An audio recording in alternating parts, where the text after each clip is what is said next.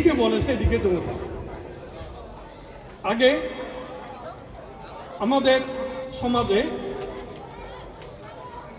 বিবিধ পূজা হতো, লক্ষ্মী পূজা হতো, সরস্বতী পূজা হতো, নানা রকমের কার্তিক ব্রত হতো, বিবিধ পূজা হতো।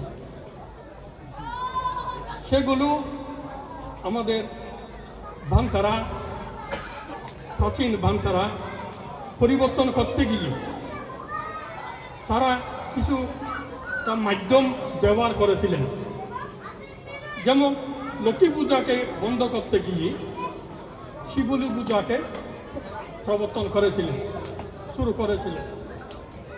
তো শিবলী পূজা যে শুরু করেছিলেন, তো এটাও আলটিমেট অনুশীলন নয়, এটা একটাকে ঠেকাতে গিয়ে আরেকটা এনেছেন, এটাও কিন্তু আলটিমেট নয়। তো এখন শিবলী পূজা যাও শুরু